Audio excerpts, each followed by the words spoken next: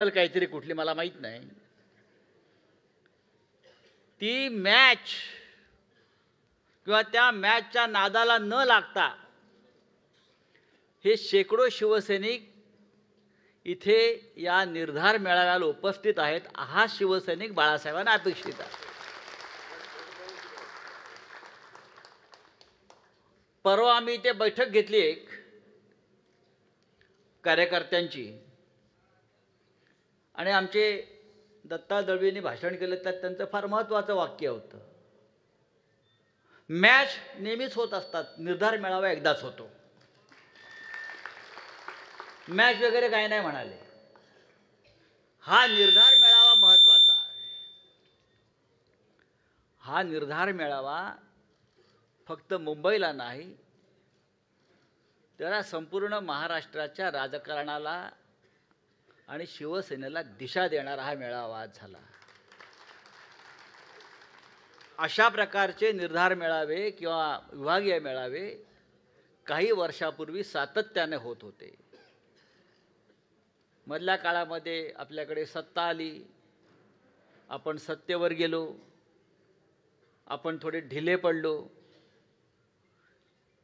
शाखा शाखातून आपले कार्यक्रम होत होते, शाखांचे वर्धापन दिन होते, सुरू असायचे, शिबिरं सुरू असायची, रक्तदान शिबिरं सुरू असायची, सामाजिक कार्य सुरू असायचं.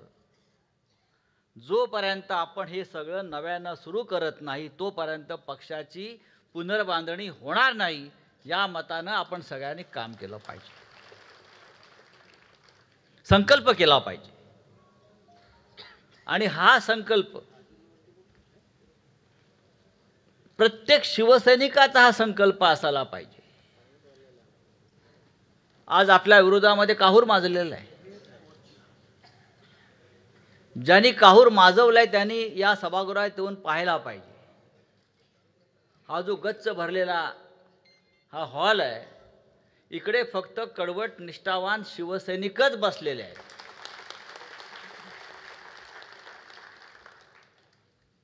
सकाळपासून इथे विविध चर्चा आपण केल्या, भाषणं ऐकली. सकाळच्या सत्रामध्ये आमचे सगळे वरिष्ठ शिवसेनेच्या नेत्यांशी आम्ही चर्चा केली. उद्धवजी, त्यांचे अनुभव आम्ही ऐकले. त्यानंतर पक्षात नवीन आलेले जे प्रमुख कार्यकर्ते आहेत त्यांच्याशी आम्ही चर्चा केली. आणि आमच्यातला निर्धार, शिवसैनिकातले निर्धार आणि जिद्द कुठेही कमी झालेली नाही. पुन्हा एकदा आम्ही लढायला तयार आहोत. पुन्हा एकदा हा भगवा, ही मशाल हातात घेऊन आम्ही तुम्ही सांगाल त्याच्या बुडाला आग लावायला तयार आहोत. कसं असतं, एखाद्या गावात जेव्हा सगळे कुत्रे भुंकू लागतात एकत्र येऊन, असे कुत्र्यांची गँग भुंकतायत एखाद्याच्या मागे भुंकत चाललेले आहे, तेव्हा समजून गेलं पाहिजे या मार्गावरून कोणीतरी एक अशी व्यक्ती निघाली आहे, त्या व्यक्तीचं हे सगळे मिळून काही उकडू शकत नाहीत. आणि ती व्यक्ती म्हणजे आमचे उद्धवसाहेब ठाकरे आहेत. भुंका, तुम्ही आमचं काही उकडू शकत नाही. चाललंय ना अनेक दिवस भुंकणं सुरू आहे. ते भुंकणं नसून कुंथणं होईल त्यांचं आता.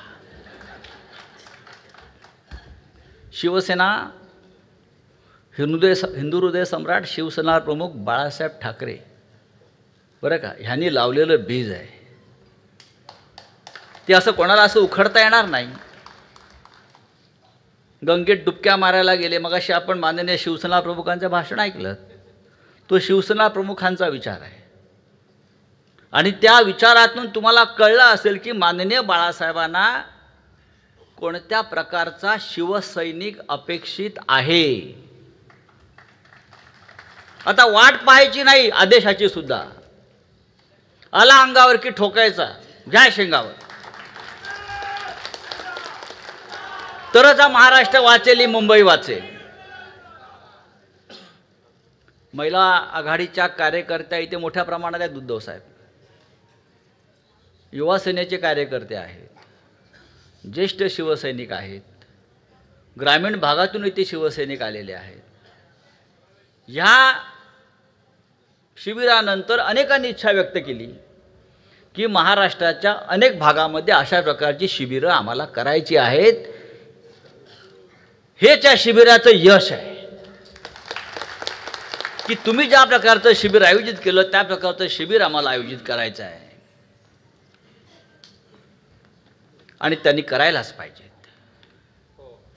शिवसेनेला लागलेली जी गद्दारीची कीड होती,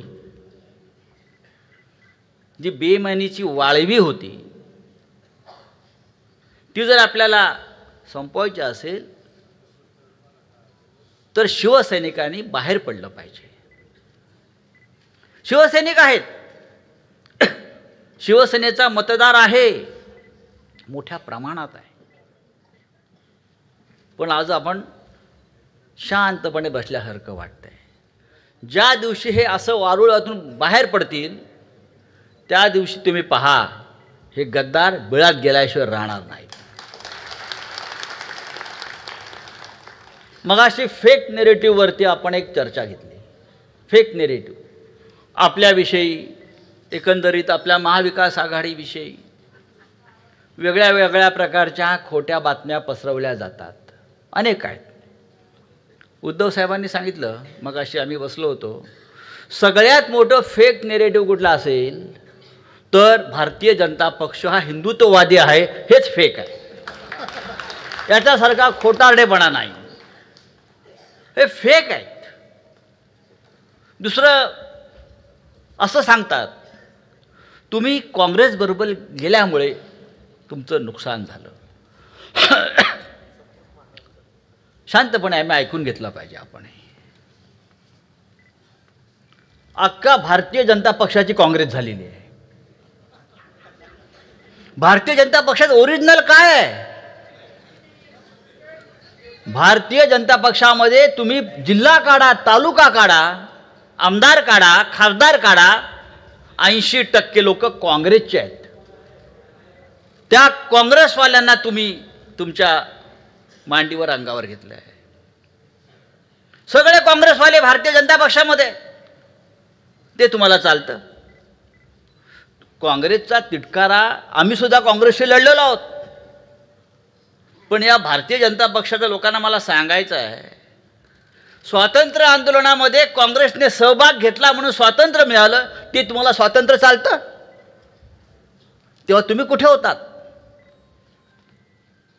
आणि आज आम्ही तुमच्याशी लढण्यासाठी काँग्रेसची मदत घेतली तर तुमच्या अंगाचा तिळपापड होतो. सगळे भ्रष्टाचारी काँग्रेसवाले एक जात काँग्रेस भारतीय जनता पक्षामध्ये. अजित पवार असतील, अशोक चव्हाण असतील, नावं घ्या जिल्ह्याची, राधाकृष्ण विखे पाटील असतील, हे सगळे भ्रष्ट काँग्रेसवाले आज भारतीय जनता पक्षामध्ये आहेत. आणि तुम्ही आमच्यावरती बोट दाखवताय. तुम्ही काँग्रेसबरोबर गेलात, तुम्ही राष्ट्रवादीबरोबर गेलात. मी या निमित्ताने इतकं सांगेन, शिवसेना ही गरुड पक्षासारखी आहे.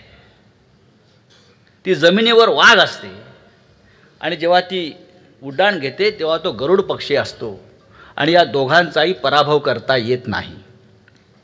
अशा प्रकारचं या शिवसेनेचा हा आपला आत्मा आहे.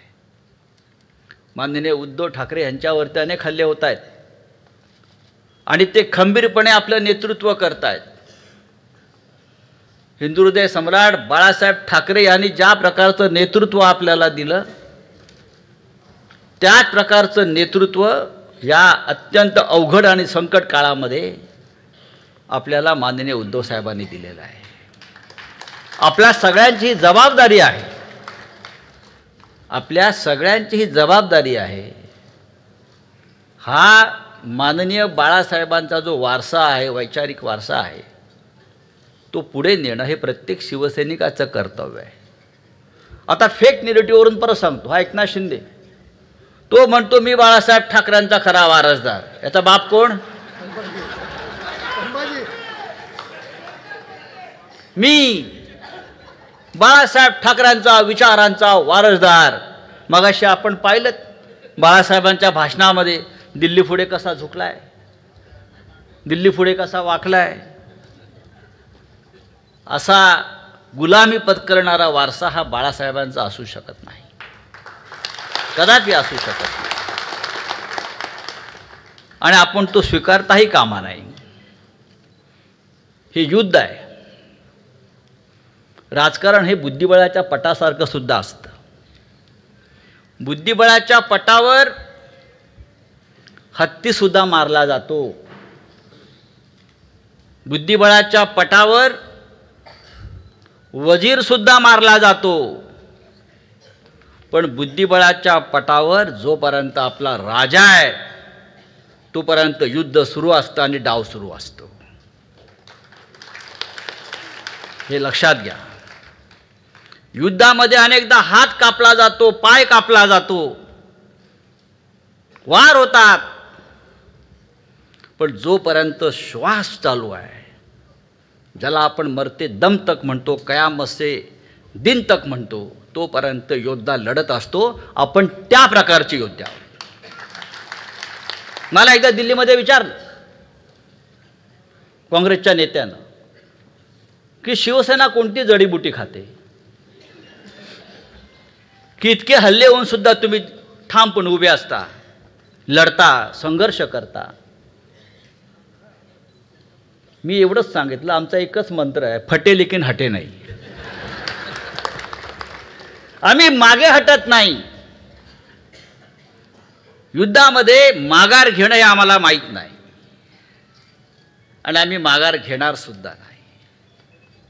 हेच तर शिवसैनिकाचं खरं बळ आहे. पहिलं कसं होतं, लोक मरायचे म्हणजे माणूस मरतो आणि मग आत्मा भटकायचा. आता मिंद्यांसारख्या लोकांचा आधी आत्मा मरतो आणि मग ते भटकत असतात. पहले लोग मरते थे और आत्मा भटकती थी, अब आत्मा मर जाती है और लोग भटकते हैं. तसे सगळे आत्मा मेलेले लोक आपल्या समोर आहेत, त्यांना भटकू द्या. त्यांच्याकडे आपल्याला फार लक्ष द्यायची गरज नाही. आज या निर्धार शिबिरातून एक नवा विचार आपल्याला मिळालेला आहे, तो लढण्याचा. एक नवा निर्धार आपण केलेला आहे की पुन्हा एकदा आपल्याला या महाराष्ट्राला गवसणी घालायची आहे. कसे जिंकले हो हे लोक? कसे जिंकले? हे घोटाळे करून जिंकले. आणि घोटाळे केले कारण आपण थोडे गाफील राहिलो. आपण गाफील राहिलो, गाफील, म्हणून हे जिंकले. यांनी EVM वगैरे ठीक आहे, मी आता शेवटी जाता जाता सांगतो, EVM वगैरे ठीक आहे, EVMचा घोटाळा झाला, EVM मॅनेज केले. पण मी, राहुल गांधी, सुप्रिया सुळे यांनी दिल्लीमध्ये एक पत्रकार परिषद घेतली आणि त्याच्यामध्ये आम्ही प्रत्येक मतदारसंघाचं गणित दाखवलं. प्रत्येक विधानसभा मतदारसंघामध्ये, प्रत्येक विधानसभा मतदारसंघात आपल्या, जास्त करून शिवसेनेच्या, अनेक मतदार आपल्याला मतदान करणारे. त्यांनी लोकसभेच्या याद्या तपासल्या बूथप्रमाणे आणि कोणत्या बूथवर शिवसेनेला सर्वाधिक मतं पडलेली आहेत किंवा कशामुळे हे जिंकले याचा अभ्यास केला. आपल्याला मिळालेल्या बूथवरची मतदार डिलीट केले अनेक ठिकाणी आणि त्या प्रत्येक ठिकाणी, प्रत्येक मतदारसंघामध्ये 25 ते 30 हजार मतं ही बाहेरून येऊन त्याच्यामध्ये मतदार यादीमध्ये घुसवली. अशी साधारण लोकसभा ते विधानसभा या काळात 40 लाख मतं वाढवली महाराष्ट्रामध्ये. ही सगळी बाहेरचे लोक होते आणि त्या आधारावर हा विजय त्याने मिळवला. 40 लाख मतं महाराष्ट्रात वाढतात आणि आम्हाला त्याचं थांगपत्ता लागत नाही. मधल्या काळामध्ये आदित्यजी आले होते दिल्लीला आम्ही केजरीवालना भेटायला गेलो. केजरीवाल थोडेसे हताश होऊन बसले होते. आता आपण जातो अशा वेळेला विचारतो कैसा हो गया. मग त्यांनी सांगितलं की माझ्या मतदारसंघात माझी स्वतःची 21,000 मतं कधी कापली गेली मला कळलंच नाही. मुख्यमंत्री बरं का, दिल्लीचे मुख्यमंत्री ज्यांच्याकडे सगळ्यात मोठी यंत्रणा होती आपची, कार्यकर्त्यांचं, फार ज्ञानी लोक आहेत ते, माझी स्वतःची 21,000 मतं कधी कापली गेली मला समजलं नाही. आणि त्याच वेळेला माझ्या मतदारसंघामध्ये नवीन 31,000 मतं कुठून आली त्याचा मला शेवटपर्यंत थांगपत्ता लागला नाही. अशा तऱ्हेने अरविंद केजरीवालसह त्याच्या अनेक लोकांचा पराभव या लोकांनी घडवून आणला.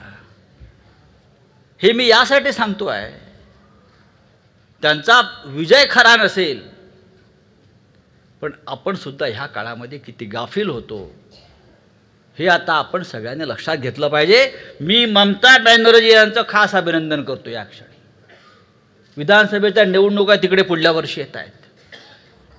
ममता बॅनर्जींनी त्यांच्या कार्यकर्त्यांना कामाला लावलं. हरियाणा, दिल्ली आणि महाराष्ट्रामध्ये भाजपा कशी जिंकली याचा अभ्यास त्यांनी केला. कारण त्यांना खात्री होती की महाराष्ट्रामध्ये शिवसेनेचं सरकार येत आहे. ममताजींना पूर्ण खात्री होती. दिल्लीमध्ये केजरीवाल जिंकत आहेत आणि हरियाणामध्ये काँग्रेसचं राज्य येत आहे. हे झालं नाही. आता असाच प्रकारचा निकाल पश्चिम बंगालला लागेल अशी त्यांना भीती वाटते. त्याने अभ्यास केला आणि त्यांना काय सापडलं, महाराष्ट्रातलाच प्रयोग पश्चिम बंगालला सुरू आहे. या क्षणी गेल्या 3 महिन्यामध्ये पश्चिम बंगालमध्ये साधारण 10 लाख बोगस मतं झाली.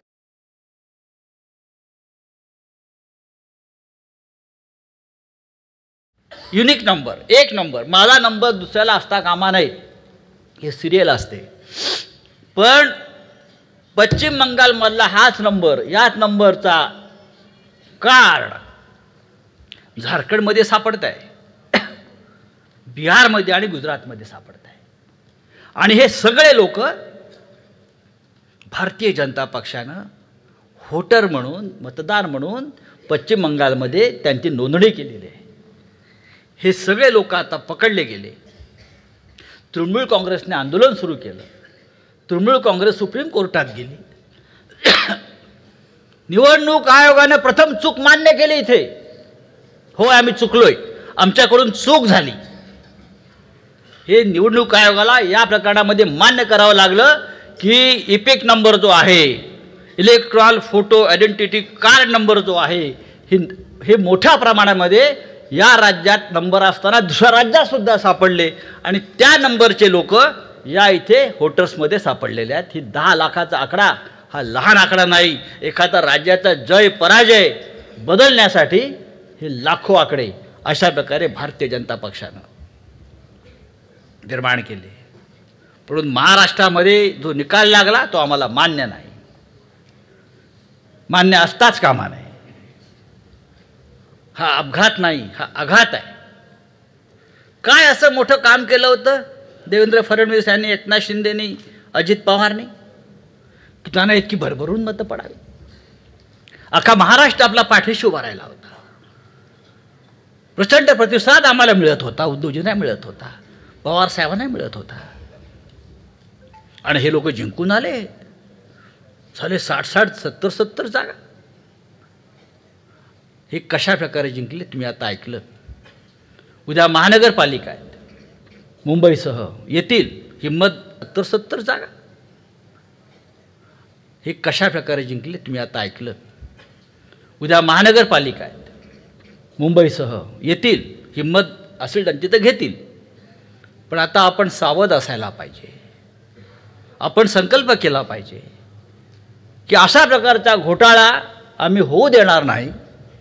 आणि माझ्या बूथवर ज्याच्यावरची जबाबदारी आहे, मग जिल्हा असेल, शहर असेल, त्या प्रत्येक बूथवर मी डोळ्यात तेल घालून हे जे लोक बदमाश घोटाळे करतायत त्यांना मी जागच्या जागी अडवेन, निवडणूक आयोगाला कळवेन, लोकांसमोर आणीन, तक्रार करीन.